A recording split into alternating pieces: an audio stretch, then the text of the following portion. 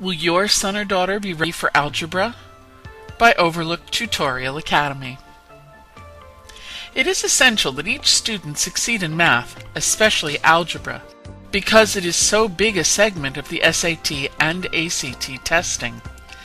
Algebra questions are more numerous on the SAT and ACT than any other topics.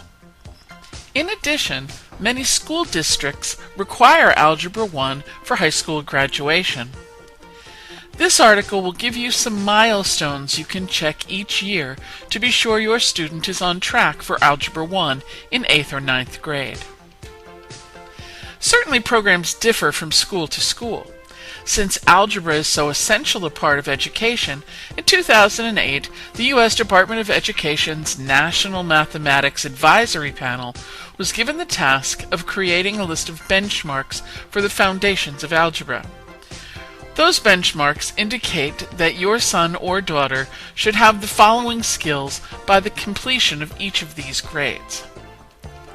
By the end of 3rd grade, a student should be able to work with a number line, point to numbers along a number line, draw a number line, use it to demonstrate add and subtract. Compare whole numbers. Say which of two numbers is bigger or smaller. Students should know the place value of numbers, understand numbers of 2 or more digits. And he or she should be able to add and subtract whole numbers, including 3 or 4 digit numbers.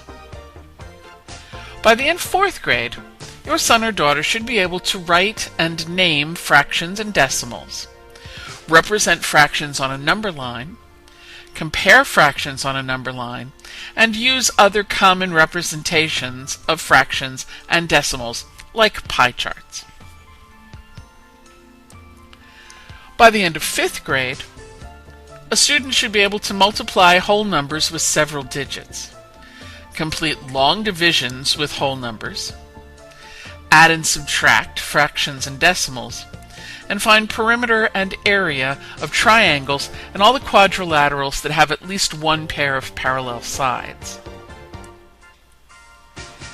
By the end of 6th grade, the student should be able to multiply and divide fractions and decimals, add, subtract, and multiply and divide using both positive and negative integers, and compute perimeter and area of 2-dimensional figures, and surface area and volume of 3-dimensional figures using memorized formulas.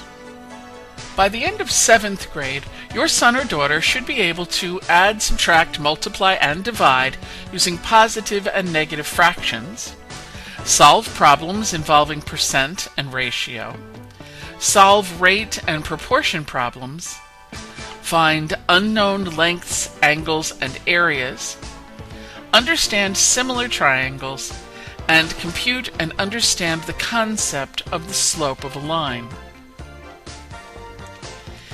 If your son or daughter is on track, that's a good thing. Keep practicing, keep encouraging, keep supporting, and keep watching.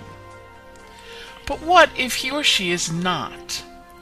The reason for this article is to let you see now, not after your student struggles with algebra. Talk to the math teacher for ways to support classroom learning. Talk with your principal to be sure the program is on track. And now, before he or she stumbles, get whatever help and tutoring your child needs to be confident and prepared for algebra. If you have any other questions, feel free to call us. And thanks for listening.